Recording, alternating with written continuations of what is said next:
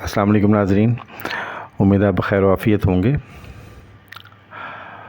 आज हम देखेंगे कि सेक्शन 116 यानी 116 of the income tax ordinance 2001 में जो स्टेटमेंट फ़ाइल करनी होती है फॉरेन इनकम एंड एसेट्स की, which is called foreign income and assets statement, वो किन लोगों के लिए ज़रूरी है और फिर थोड़ा सा हम देखेंगे कि स्टेटमेंट कैसी होती है।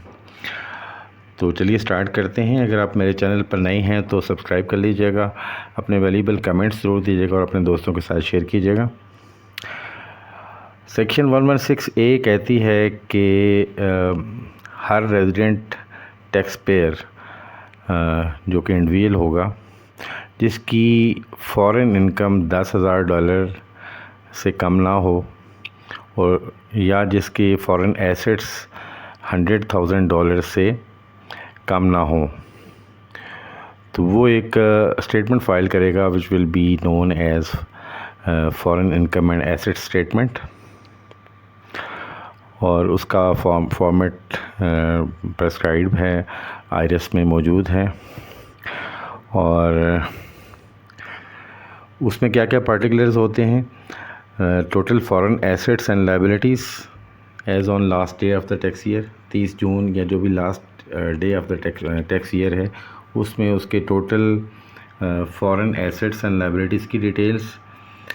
कोई फॉरेन एसेट्स अगर किसी शख्स ने ट्रांसफ़र किए हैं किसी और के नाम पे ड्यूरिंग द ईयर, यानी किसी साल के दौरान अगर किसी किसी लोकल यानी रेजिडेंट पर्सन ने फ़ॉरेन एसेट्स अपने किसी और शख्स के नाम पे ट्रांसफ़र किए हैं, तो उसकी डिटेल्स और उसकी कंसिडरेशन यानी उसकी अमाउंट, उसकी वैल्यू जो है वो भी मेंशन करना ज़रूरी है।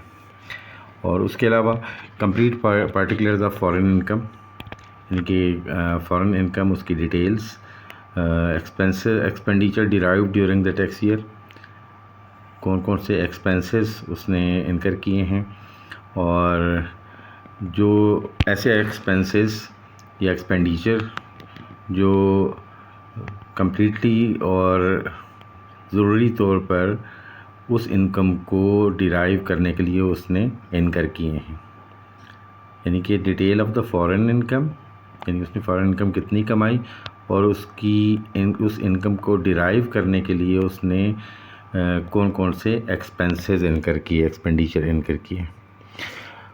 उसके अलावा सब सेक्शन 2 ये कहता है कि कमिश्नर इन राइटिंग नोटिस देकर किसी भी शख्स को ये कह सकता है जिसके बारे में कमिश्नर को उसकी ओपिनियन उसकी हो कि यानी कि उसके बाद डेफिनेट इन्फॉर्मेशन हो या रिकॉर्ड, उसके पास रीज़न्स हों कि वो नोटिस की इशू कर सकता है कि कोई शख्स जो है वो ये statement of foreign income and assets जो सब सेक्शन 1 में हमने डिस्कस की, उसको रिक्वायर्ड था लेकिन उसने ये फ़ाइल नहीं किया, तो उसको ये कह सकता है कि जी आप statement of foreign income and assets file करे बाय द ड्यू डेट, जो भी डेट उसमें कमिश्नर चाहे उस पर वो उसको कह सकता है कि वो ये स्टेटमेंट फ़ाइल करे।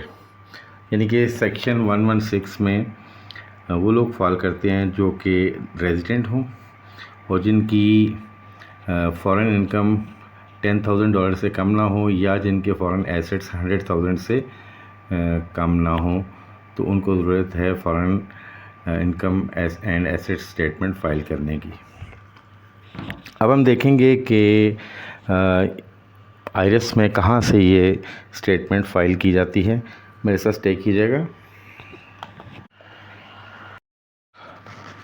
ये हम आईआरएस पोर्टल में हैं, इसको आप लॉगिन करेंगे। लॉगिन करने के बाद आप डिक्लेरेशन में जाएंगे टॉप पे, और डिक्लेरेशन में आप सेकंड कॉलम में अगर आप देखते हैं तो 116A सब सेक्शन 1, ये जो सेक्शन मैंने आपसे अभी डिस्क्राइब की, foreign income and asset statement for resident individuals, तो इसको आप क्लिक करेंगे और उसके बाद आप पीरियड सेलेक्ट करेंगे। मैं यहाँ पे 2022 करता हूँ, तो ये आपका आ गया, पीरियड आ गया। तो उसके बाद आपके सामने ये स्टेटमेंट आ जाएगी।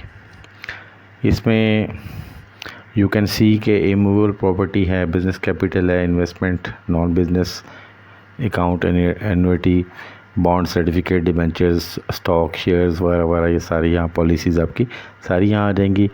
शेयर और interest in foreign trust, foreign company और एनी फॉरेन एंटिटी, अगर आपका कोई शेयर है उसमें आ जाएगा। डेट, कोई फॉरेन डेट अगर आपका है, एडवांस, डिपॉजिट, प्रीपेमेंट या रिसीवेबल आपका जो डेट है वो। और आपके पास जो फॉरेन व्हीकल्स हैं, अगर बाहर आपके पास व्हीकल्स हैं, मोटर व्हीकल्स, उसकी डिटेल्स। कैश अगर है नॉन बिज़नेस तो वो भी आ जाएगा।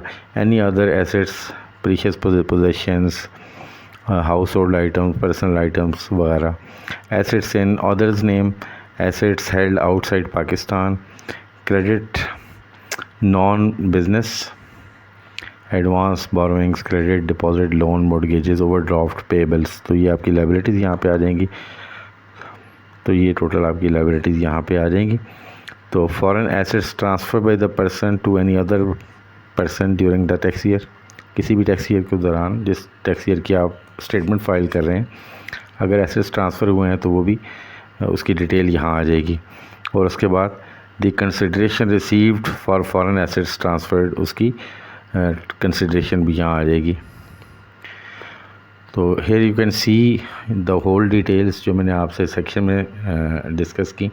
तो वो सारी ये एसेट्स की डिटेल, एसेट्स और लायबिलिटीज़ की डिटेल्स आ जाएंगी। और इसी तरह फॉरेन इनकम की डिटेल, सेकंड जो लेफ़्ट साइड पे आपके पास लिंक है, उसमें foreign income from business, gross received derived from business, expenditure wholly and necessarily for the purpose of deriving gross receipts, यानी यहाँ पे आपके ग्रॉस रेवेन्यूज़ या सेल्स आ जाएंगी, यहाँ आपके ग्रॉस एक्सपेंसेस आ जाएंगे जो कि इस इनकम को डिराइव करने के लिए आपने इनकर किए हैं। कैपिटल गेन अगर आपका कोई फ़ॉरेन है तो वो यहाँ पे आ जाएगा।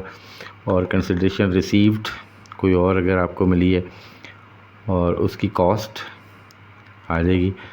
और ये फॉरेन इनकम यहाँ से आ जाएगी फिर आपकी, यानी आपकी जो इनकम है उसमें से एक्सपेंसेस निकल जाएंगे तो आपकी इनकम आ जाएगी। यानी आपकी जिस टाइप की भी इनकम है उस टाइप की आपने इनकम लिखनी है और उसके अगेंस्ट जो एक्सपेंसेस आपको आए हैं या कॉस्ट आई हैं वो आप माइनस कर देंगे।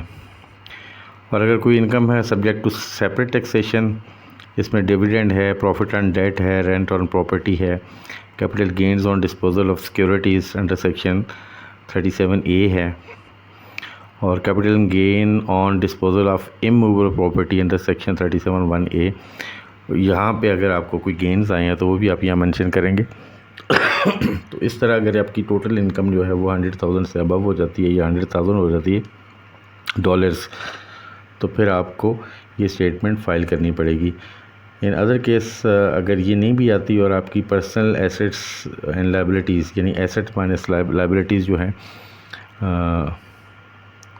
अगेन मैं आपको बताता हूँ, फॉरेन इनकम अगर आपकी $10,000 के इक्वल या उससे ज़्यादा है तो आफ्टर डिडक्टिंग द एक्सपेंसेस तो आपको ये स्टेटमेंट फ़ाइल करनी है।